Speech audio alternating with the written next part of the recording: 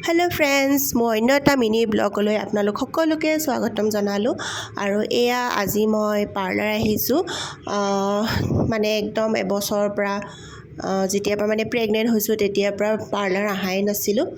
আৰু আজি ভাবিলো অকমান নিজকে সেলফ পেম্পাৰিং কৰি আহো মনটো ভাল লাগিব আৰু এয়া চুলি কটালো আসলতে বেবি হোৱাৰ পাছত মোৰ চুলিও বহুত হৰিছিলে চুলিখিনি ধোৱাৰ আগতে তেওঁলোকে মোৰ হেয়াৰ ৱাশ কৰিছিলে আৰু লগতে এটা বডি মাসাজো দিছিলে ইমান ভাল লাগিছিলে নহয় বডি মাসাজটো লৈ আৰু এয়া মা দেউতাক লৈ আহিছো মোৰ টিকলুটোক সম্ভালিবলৈ কাৰণ তাক নোলোৱাকেতো আহিব নোৱাৰো ঘৰতো থৈ আহিব নোৱাৰো আৰু এইখিনি যে মাহতে ইমান সুবিধা কৰি দিয়ে মোক সঁচাকৈ মা দেউতাই বহুতখিনি কৰিব পাৰে নিজৰ সন্তানৰ কাৰণে আৰু এয়া মাহতে তাক লৈ দিলে অলপ সময় আৰু মই সেইখিনি সময়তে মোৰ কামখিনি কৰি ললো আৰু মনটো ভাল লাগি গ'ল আজি বহুত দিনৰ মূৰত এনেকৈ ওলাই আহিলো এইটো টিকলুটো আৰু হিও মোক বহুতখিনি হেল্প কৰি দিলে একদম আমনি নকৰিলে হি ধুনীয়াকৈ থাকিলে মা দেউতাৰ কোচতে বহুতখিনি সময় শুই দিলে হি হৈছে তাৰ পিছত আমি পাৰ্লাৰৰ পৰা চশমা দোকানলৈ আহিলো মোৰ মানে গ্লাছযোৰ ভাঙি গৈছিলে এযোৰ নতুন চশমা ল'বলগীয়া হৈ আছিল আৰু এয়া আহিলো চশমা দোকানত এয়া মই চশমাবোৰ পিনি চাইছো আৰু এযোৰ পছন্দ কৰিলো বাৰু ফাৰ্ষ্ট ট্ৰেকৰ এযোৰ চশমা পিনি ললো আৰু এয়া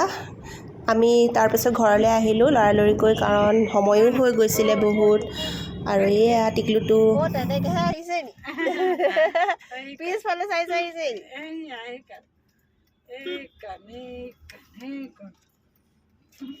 গুডুলু মানে শুই গ'ল গুডুলু মানে শুই গ'ল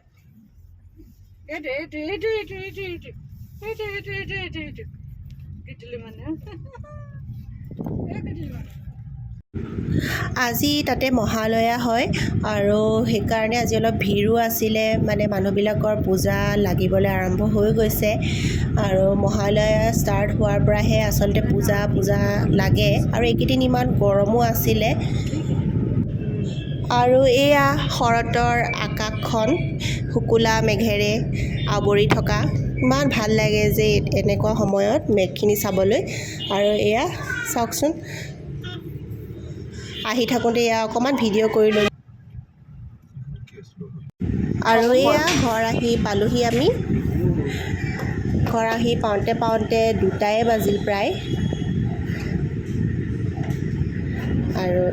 এইটো মোৰ দেৰি হৈ গ'ল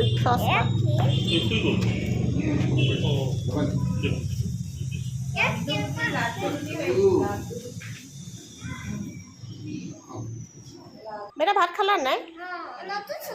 নতুন চশমা এইযোৰ নতুন মই পিন্ধি থকা যোৰ নতুন সেইযোৰ পুৰণা